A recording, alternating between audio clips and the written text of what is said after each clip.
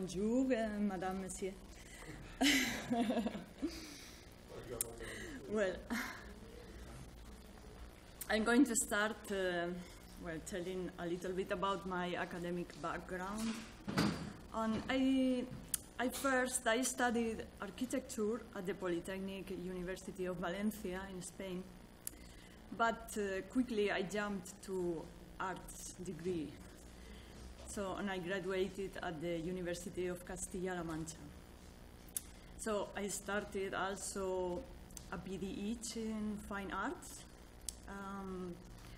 but I haven't finished my final dissertation about land art practices. Maybe one day. Oui. Wow. Hola. Yes, maybe if you are. El micrófono bueno, eso es. Yes. Okay. So, and also I studied a postgraduate in digital video art at the Pompeu Fabra University of Barcelona. So, I'm going to show first some of my previous work and interests, because I think all of this leads me to Constellations Project.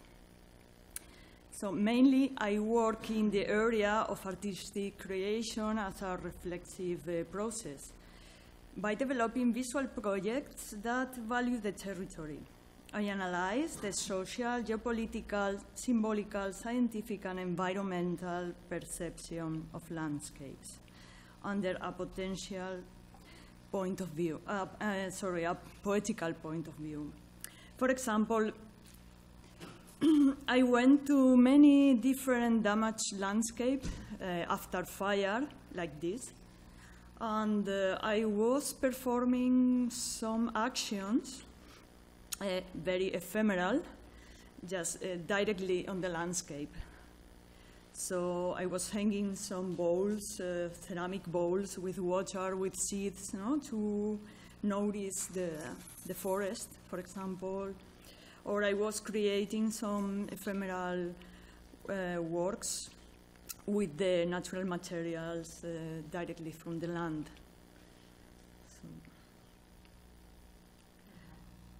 And this is another example from the north of Spain.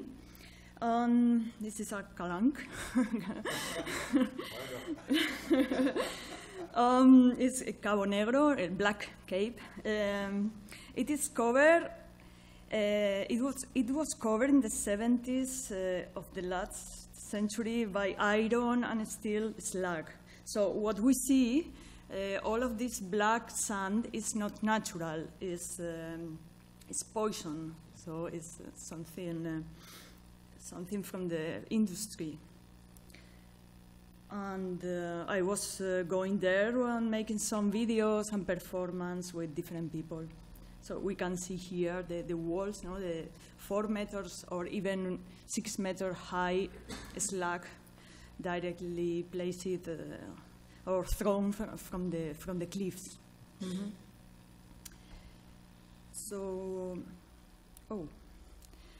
So I arrived to this project, this urban gardens, and I was working about the land around the big cities. Mainly in Europe, for example, we have many historical big cities that in the past time they had agricultural land around to feed the cities. Like Valencia, it's very famous, for example. They have all around the gardens of lemon trees, orange trees, vegetables to nourish the city.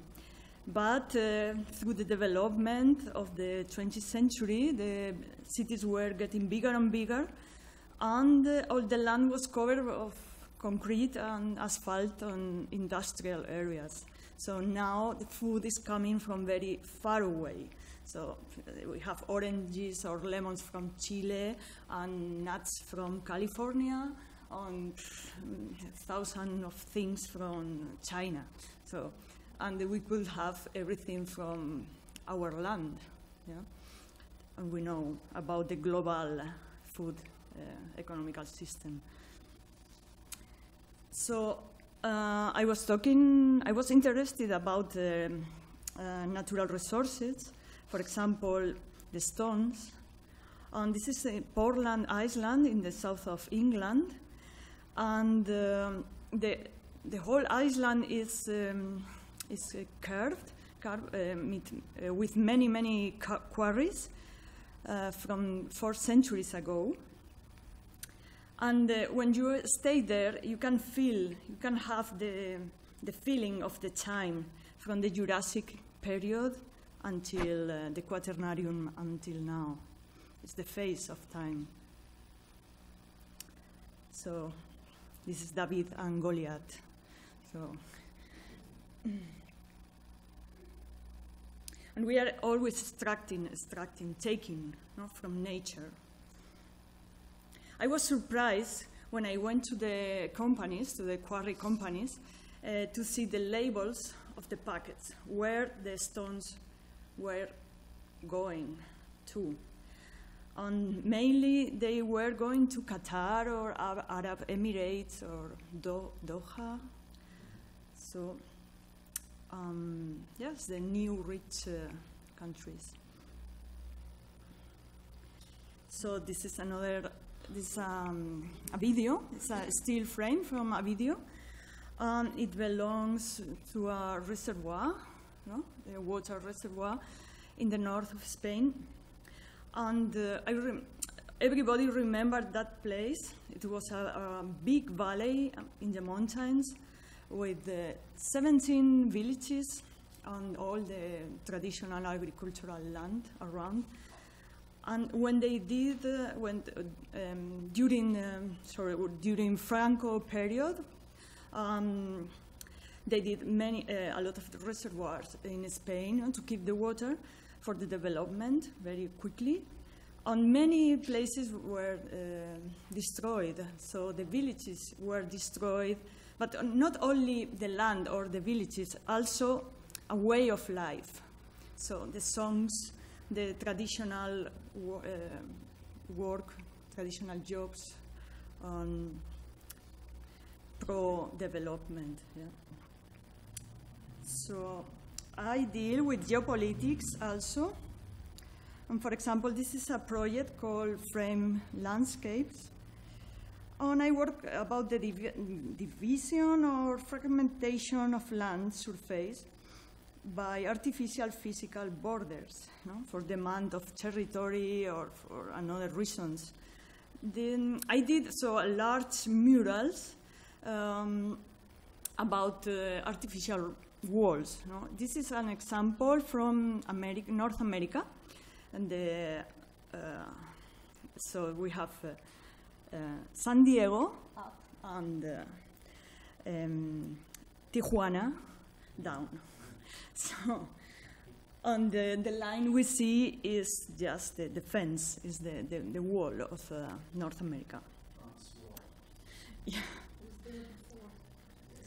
So the wall enters into the water in the Pacific Ocean. So we have another example. This is the north of, this is the Atlantic coast. This is the north of Mauritania and the south of Western Sahara. So, and this is not a fence or a wall, it's some kind of sand. Yes. Mm-hmm. Yes. And this is the West Bank, Palestine. And here we can see so clearly the wall. We have a road, yes, and the wall is in the left side of the road, yeah, with some curves, you can see. And we see Israel and Palestine. And it's so different, the urbanism, the architecture, and again we go to the resources, the water. We can see in the Israeli side much more green stuff, gardens, avenues with trees, and so on. So I jumped to another project about gender and nature. and concerning ecofeminist approaches.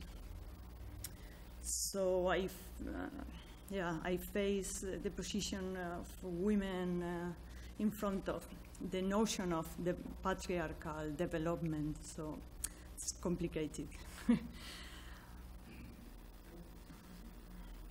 The exploitation of land, the exploitation of women. And about natural phenomenon and its metaphorical implications. Here in this project is Oceanic Pools. I talk about some phenomenon under the water, in the bottom of the oceans. There are some bacteria, filament bacteria, around the world at the bottom of the ocean. And they have connections, they have electronic impulse between them. So this means that at the bottom there is some kind of neuronal net around the world under the water.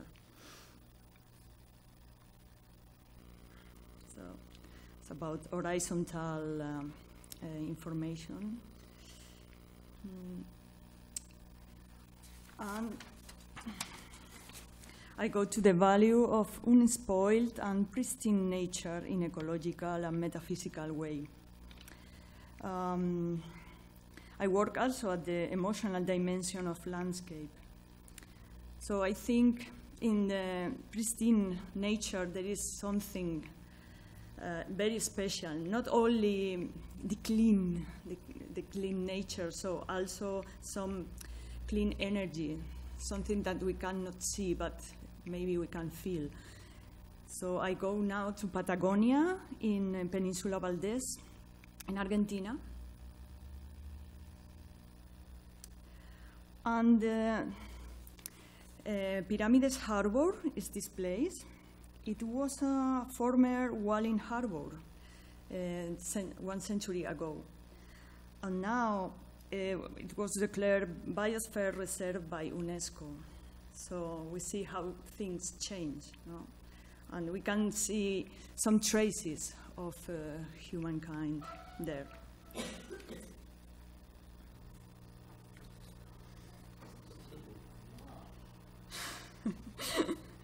¿Estás ahí?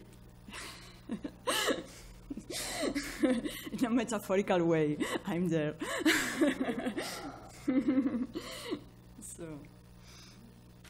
So our living on Earth, the existence of on the planet, the search of transcendence. This is all my stuff.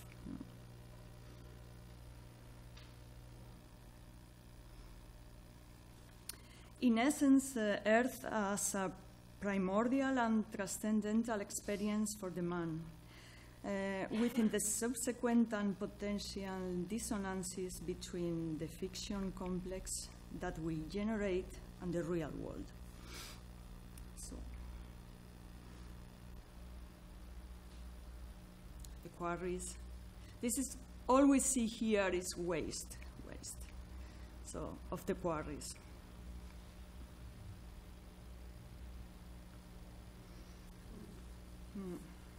I also think about the flow, the impermanency of all things, the constant change, the relativity of certainties. In the course of time, what we consider truth, can be susceptible to variations. Also the relativity of scales in nature. I observe how all our effects on the world are interconnected themselves and with the natural phenomenon. We see here, for example, if we go to the source World Economic Forum, we can see the yearly reports of maps of the global risk landscape. It's this one. And we can see the relations between everything, no?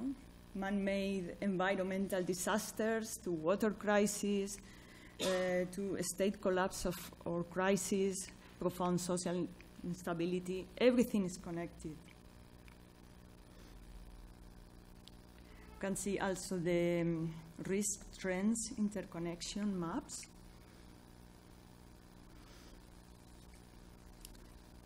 And so why? What makes me do this project? No? Which kind of future are we expecting for? So our world is nested both physically and socially, and at each level we find innovations that are necessary for the next. So all of this led me to a process of broadening consciousness and to notice the process that occurred in nature, the interconnection of the world, the interrelationship between species and the environment in which they live. They don't survive separately. It is a global phenomenon of symbiosis. Then, through research in the field of biology and the different evolutionary theories, I came to the theory of symbiogenesis, which goes forward the phenomenon of symbiosis between different entities. In this way, the world of lichens is presented as the starting point of the project. Since lichens perfectly simplify the phenomenon of symbiosis or symbiogenesis, depending on the scientific option and opinion. So, lichens, somehow I think that they are a metaphor of a possible relationship and coexistence between humans and the biosphere. And why? Lichens represent a living example of universal symbiogenesis. They are symbiotic consortia of ascomycetans, the fungal partner, with algae, green algae, or cyanobacteria in a mutual beneficial relationship. So they are fungi with algae together. Lichens are famous colonizers of extreme habitats, such as Antarctica and the Siberian tundra. They are often the first colonists of newly exposed rocky areas. They can indicate climate change on new exposed areas without ice. And lichens are often used as bioindicators and bioaccumulators of air pollution. Also, they have a neutral behavior with their hosting matter, which is something interesting to compare with other species, as us, for example. They also cohabit with other species, as moss, for example, without entering in conflict. This characteristic of the lichens launches a process on thought and reflection around the possibility that humankind could work and evolve symbiotically in communion with the planet. So we have some examples of lichens here, growing directly on the rock or on the trunk of trees. So, about the concept of symbiogenesis and its theoretical and philosophical implications. So, symbiogenesis is an evolutionary mechanism that explains the origin of eukaryotic beings. Its modern version is formulated by the biologist Lynn Margulis, who published in 1967 a theoretical paper titled On the Origin of the Mitosis Cells. It is considered today a landmark in modern endosymbiotic theory of symbiogenesis. She opposed competition-oriented views of evolution, stressing the importance of symbiotic or cooperative relationship between species. This is quite important for the project. But the ideas on symbiosis and symbiogenesis date back to the early beginning of the 20th century, or even before, and were first formulated by the Russian scientist Konstantin Merezhkovsky. So, the universal symbiogenesis. The physicists Freeman Dyson was the first to universalize symbiogenesis in 1988. He used symbiogenesis to explain how life originated on this planet. Universal symbiogenesis is the process whereby new entities are introduced because of the interaction between different previously independently existing entities. These interactions encompass horizontal mergings, and the new entities that emerge because of this are called symbiotes, with behavior not seen in separate components. The process is irreversible and discontinuous, written by the evolutionary epistemologist Nathalie Gontier in 2007. So, universal symbiogenesis would thus introduce and allow for concepts such as interaction and cooperation, and often operate in the humanities, notions that are often countered by concept of competition. The process of symbiogenesis need not be confined to either the microcosm or the origin of eukaryotic beings. On the contrary, just as natural selection today is being universalized by evolutionary biologists and evolutionary epistemologists, symbiogenesis can be universalized as well. It will be argued that its universalized form, symbiogenesis, can provide a general tool to examine various forms of interaction between different biological organisms, regular symbiogenesis, hybridation, virus-host interactions, and it provides a new metaphor for extra biological phenomenon such as culture and language evolution, and even certain cosmological process, also symbiotic stars, galactic cannibalism, or black holes, can be understood as forms of symbiogenesis. Universal symbiogenesis can thus complement universal selectionist accounts of evolution.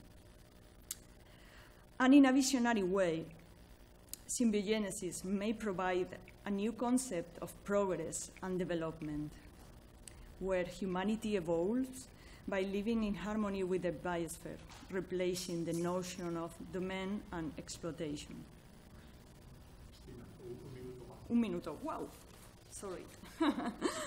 No problem.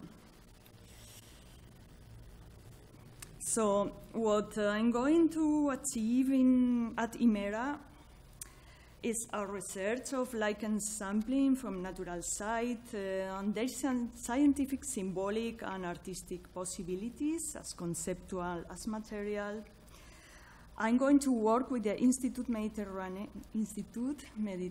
de Biodiversité et Écologie Marine et Terrestre, and I will go to an observatory, the Hout and Provence Observatory of Environment, to recollect lichens and to study something there with the scientists.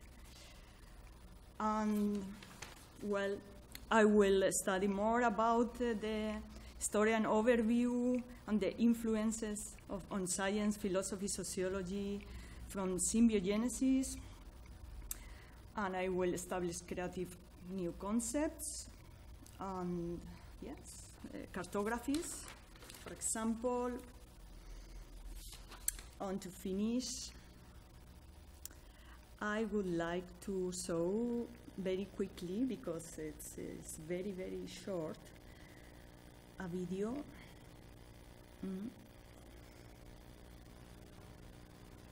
Less than a minute. It's not here. Aquí. Sorry.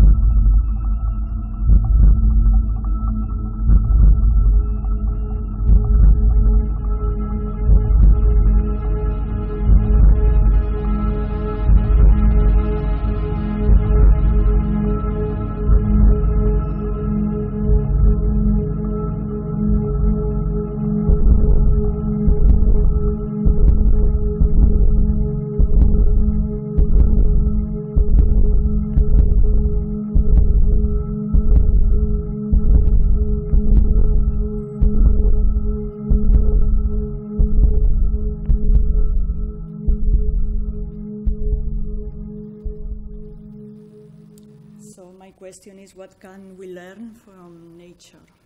So, thank you.